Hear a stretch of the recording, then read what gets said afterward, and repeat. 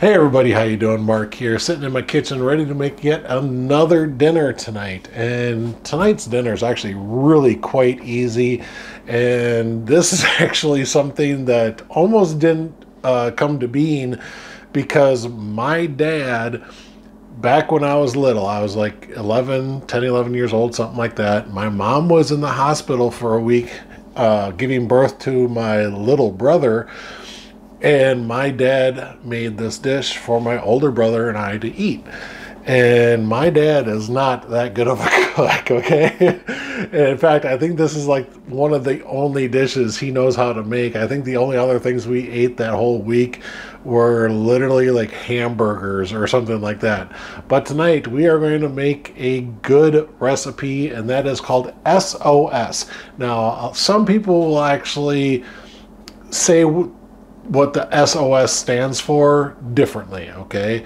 I know it as shit on a shingle, okay? A lot of people won't say that because they don't want to say the shit word, and you can get in trouble for it. It's a swear word. But other people will also call it save our soul, okay? And it's a very hearty dish, and it's very easy. This is actually one of those little dishes that you can have your kids help you with, okay?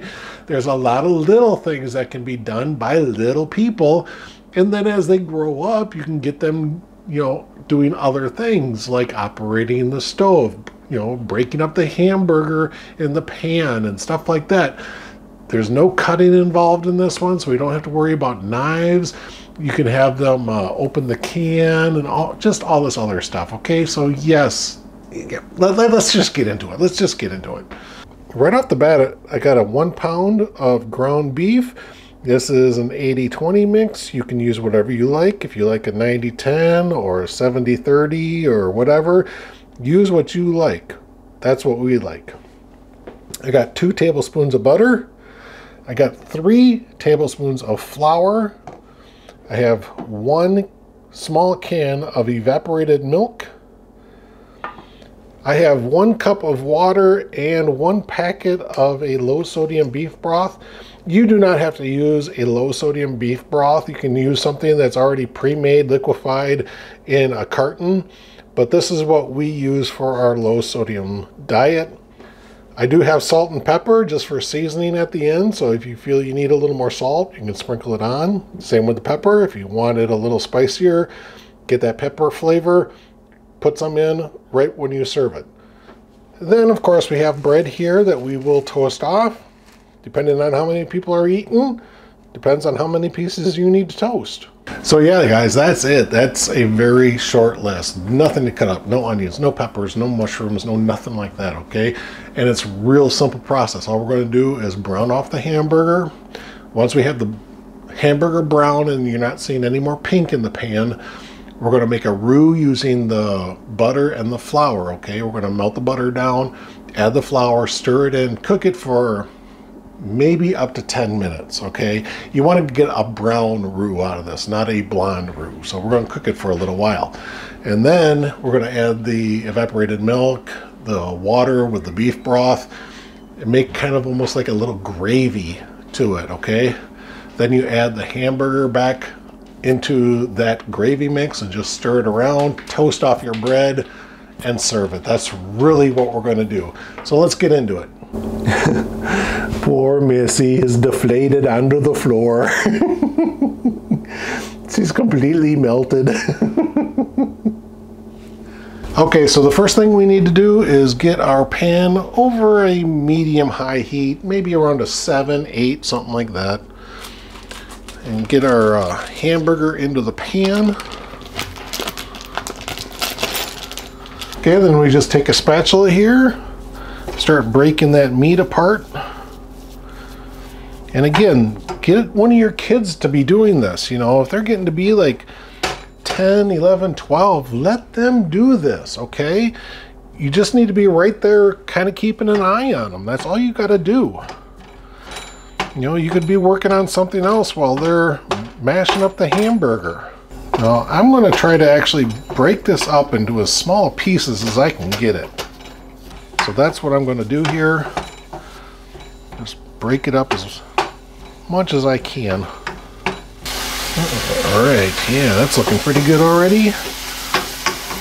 So like I said, guys, get your kids involved. Make this. This is a very simple recipe. All right, I think I got it broken down well enough. So now I just want to keep on cooking it until all this pink here is all gone.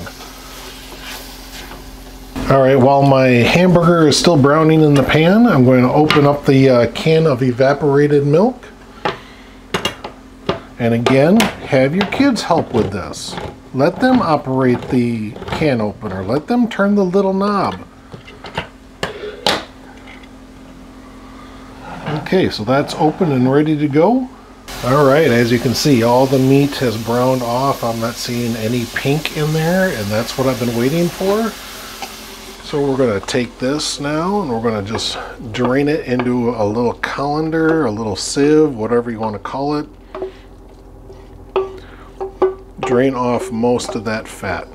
Next thing I wanna do is I wanna drop the heat down to a medium. And in the same pan that I just did the hamburger in, I'm going to melt down that 2 tablespoons of butter. Yep, just like that. And then we're going to add the 3 tablespoons of flour. Just sprinkle that in.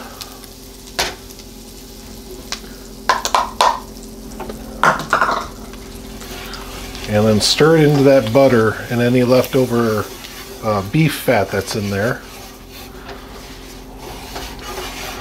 And yeah, it's going to clump up and stuff, but that's all right. Just keep going, okay? Don't stop. Don't let it sit there and burn on the bottom of the pan. I mean, some of it will, okay? And don't worry about that. Now, what this roux will do is it's going to thicken the beef broth and the evaporated milk that we're going to pour into here, and it will make it a nice creamy gravy. All right, you see how it's kind of got a little bit of a tan color to it now? It's not a creamy white. So yeah, you see now it's getting darker and darker and darker, and that's good. I want to go just a little bit farther. I have not stopped stirring this whole time. I've been sitting right here. All right, I'm starting to get fragrances of nuts coming out of the pan now. And that's a good aroma. That's a good tell that you're at a specific spot. You're starting to see smoke coming in. I'm going to add the water.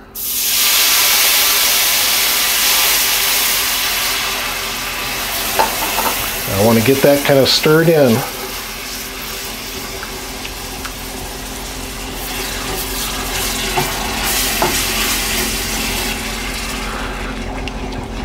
And then I'm going to add the evaporated milk.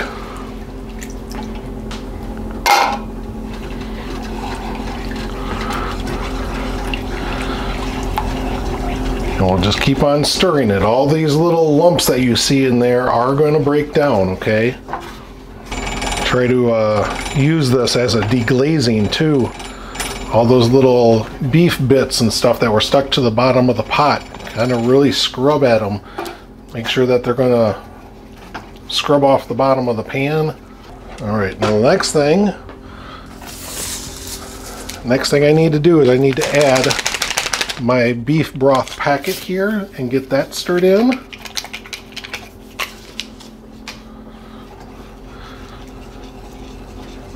Again, you can use a pre-packaged beef broth, beef stock.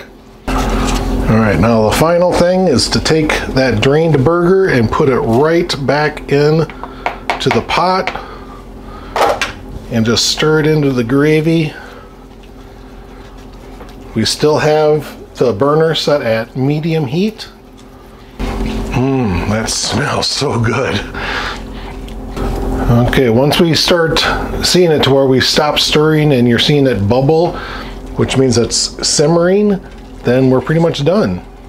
See how it's simmering real good there? So that means that the starches in the flour are completely absorbed, okay? So That's it. That's all we need to do. Now this will thicken up immensely as it cools down. It's not going to stay this liquidy.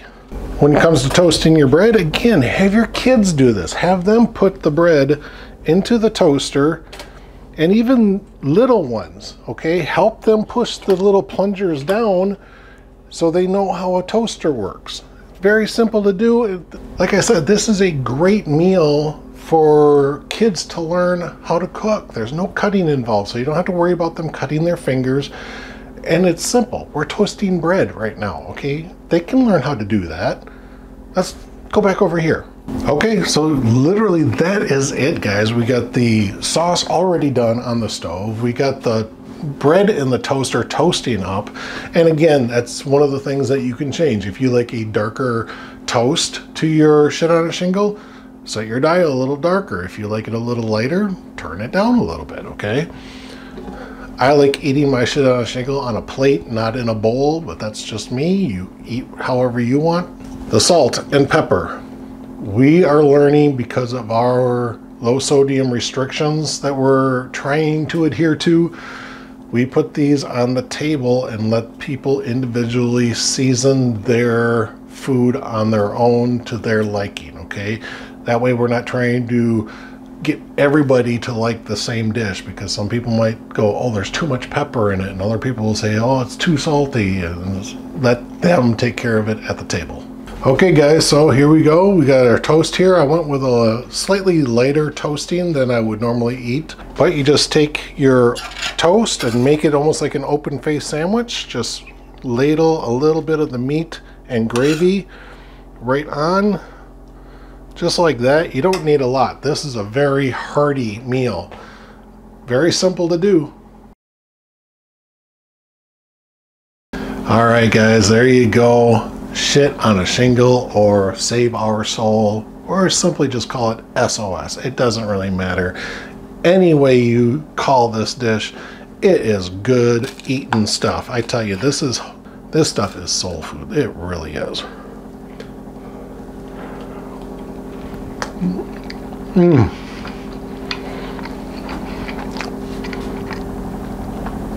The key, get it to a brown consistency when you're making the roux. Don't get overly excited when you first start seeing that little bit of color change. Wait till it gets a little darker, okay guys? And I like mine with a little bit of pepper. So that's what I did. I actually put a little bit of pepper on mine.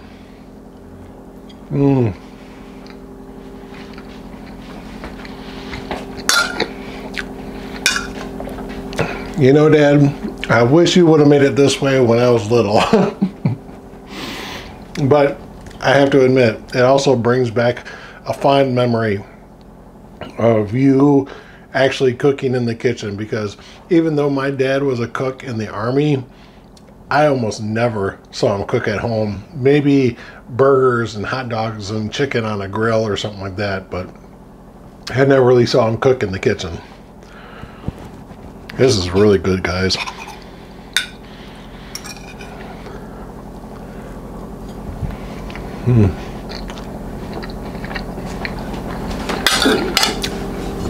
All right, I gotta put that down. So yeah, guys, get your kids involved, okay? Start them out young, okay? Pushing down the lever on the toaster and putting the toast in, a 3-year-old, a 4-year-old can do that, okay? Get them involved, get them excited, and let them feel like they're helping, all right? If they're really small, help them push the lever down on the toaster. Maybe once they get into maybe up into 5 years old, 6 years old, have them open the can of evaporated milk. You know, have them turning the knob to actually open the can. All right? Have a 10-year-old chopping the meat in the pan, breaking it up and frying it off. You can be there. You can watch them doing it. You know, that way they're supervised. Then when it's fully cooked, you take it and you dump it into the strainer, okay, and drain off all that beef. put it back on the pan. Oh, sorry. Put it back on the pan, and now a kid that's maybe 14 years old, let them make the roux. You know, really get them involved.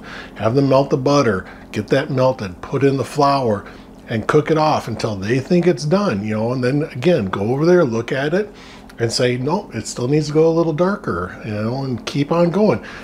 If you screw it up, you scrape it out of the pan, you get 2 more tablespoons of butter, 3 more tablespoons of flour, and you redo it, okay? There's nothing here that you need to get mad over. Kids can measure things, okay? The cup of broth. That's easy enough. Kids can do that, right? Putting in the little packet, or if you're using a pre-packaged broth, let them measure it out. Let them pour it in the pan. Caution, it will be hot, there will be steam, but again, let them learn, okay? Please get involved with cooking with your kids. Show them how it's done, and that it doesn't just magically appear on the table when they shut their video game system off, okay? Really, get the kids involved. This is Mark saying thanks again for watching. Always believe you can do it. Always believe that your kids are capable. I'll see you guys around. Have a good day. Bye.